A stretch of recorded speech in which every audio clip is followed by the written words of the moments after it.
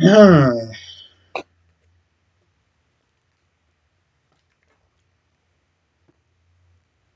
evening and salutations, my Y&R fans.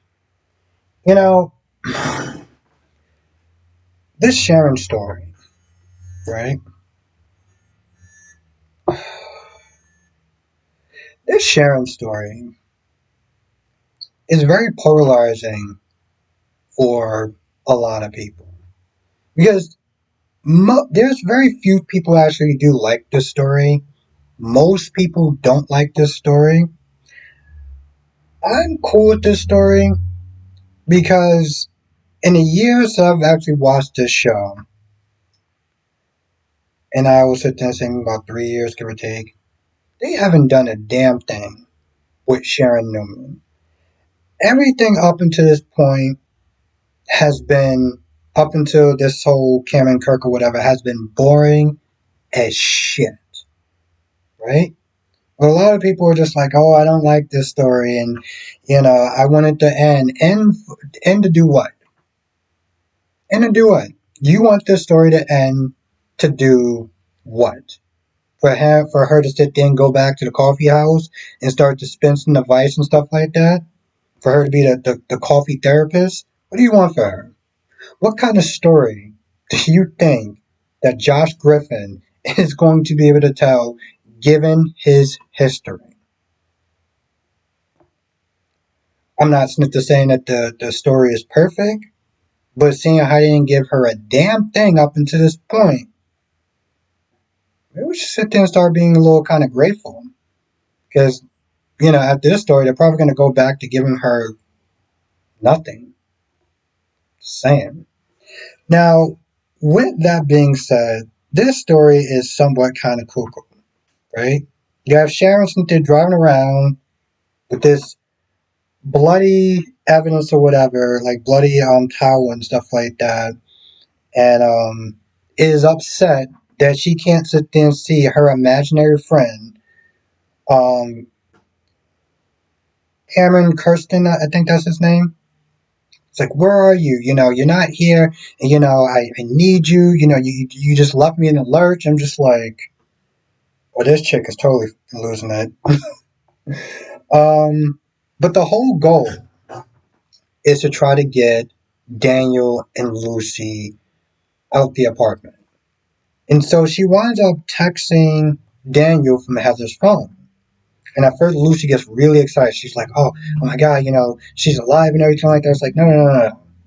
This person just wants to give us back their, Heather's phone and we need it because there's clues or whatever.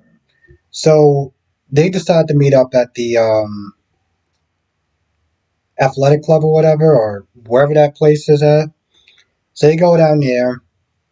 Sharon's able to sit there and break in and, plant the evidence or whatever, the bloody stuff or whatever. And while that's going on, you got Faith sitting there texting her, calling her, seeing where she's at, kind of panicking a little bit because, we can't trust crazy ass Sharon out and about on her own. But eventually she's able to do that, go back home, explain to her daughter, hey, listen, I'm good. I just want to take a walk, yada, yada, yada. And then after Faith leaves, um, Sharon is visited by Cameron.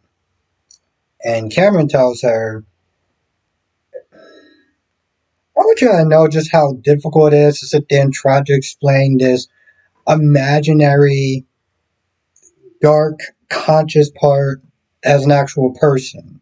Like it's so weird to sit there and try to describe this shit. You have no idea.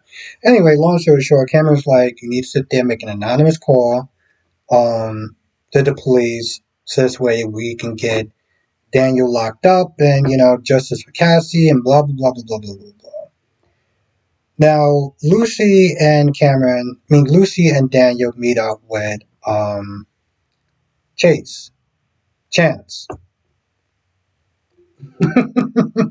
who tells him that he's back in the force and everything, and kind of gives him some tips or whatever as far as contact this person back, offer a reward, and then also is like, is was her phone password protected?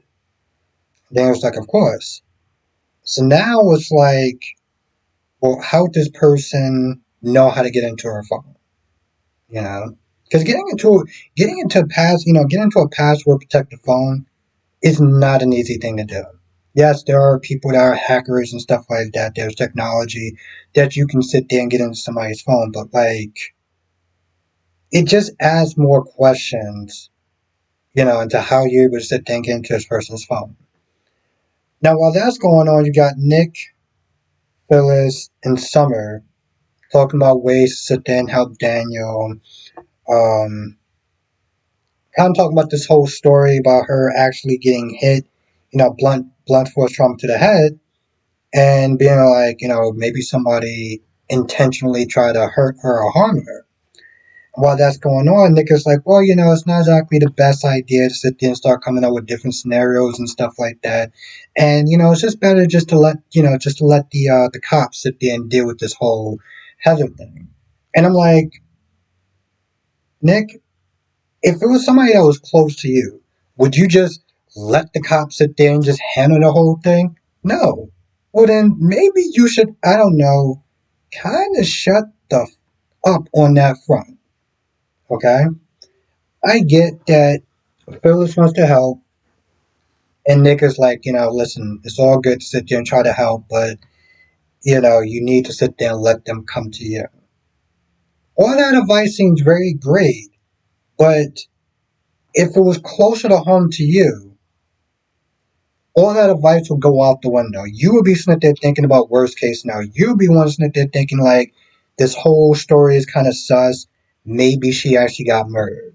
But yet you're sitting there telling everybody else at that table is like, well, guys, let's just calm down. Let the police take care of it. There's no point of sitting there coming up with speculations and stuff because it's not doing anything. When your ass would be doing the exact same thing.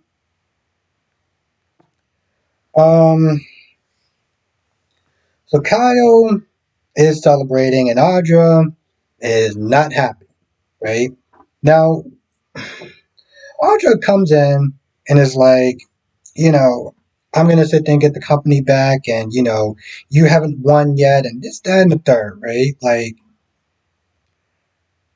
a couple of things that was kind of funny, though. Kyle, when she was with this thing, like, I earned this company, whatever, this was my company, and Kyle was like, what goes around comes around. Yeah, you took it. You didn't earn it.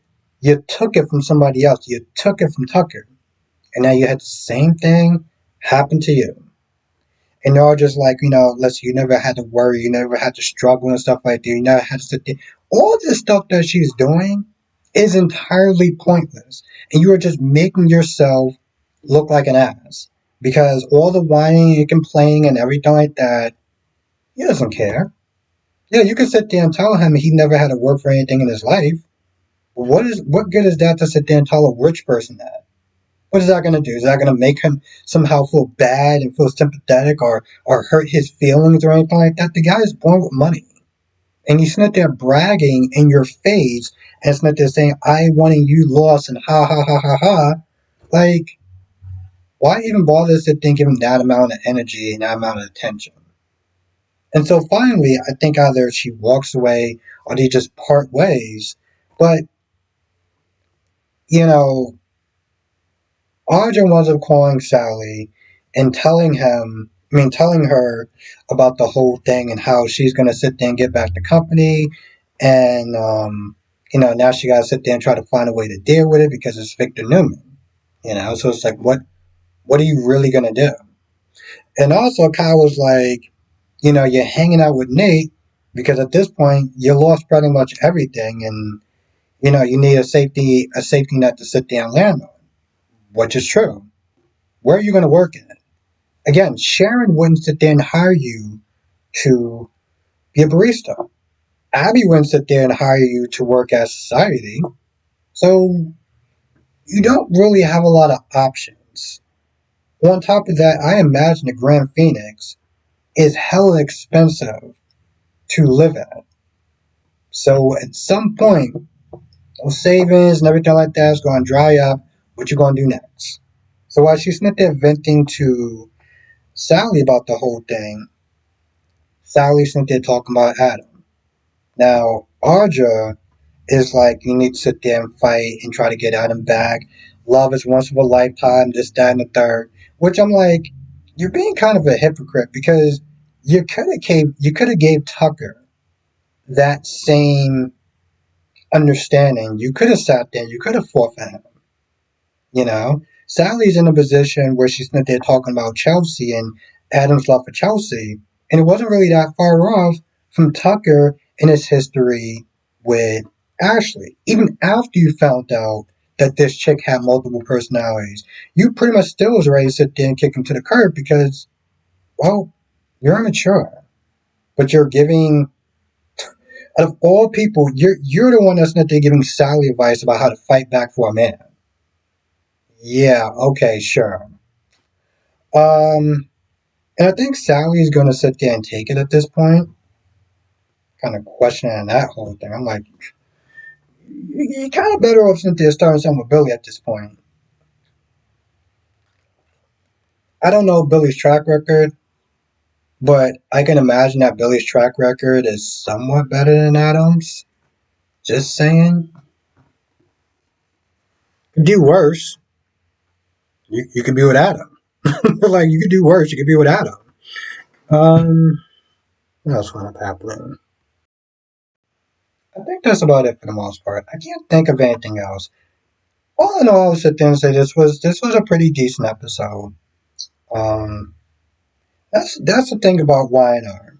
Even when the episode is like not like, oh my god, this is so crazy, this is amazing. They've always been pretty decent so far, at least lately. So I can't knock Josh Griffin too much. Do I think that some of the stuff can be better? Yes, but sometimes decent can actually be good enough. Anyway, if I forget anything, write it in the comment section below, or better yet, come to the live stream tonight. 8 p.m. Eastern, 5 p.m. Pacific. I will be sitting there talking about all the shows, Young and Restless, Bold and Beautiful, General Hospital, and Days of Our Lives. With that being said, I'm going to go. I'll see you in the next video.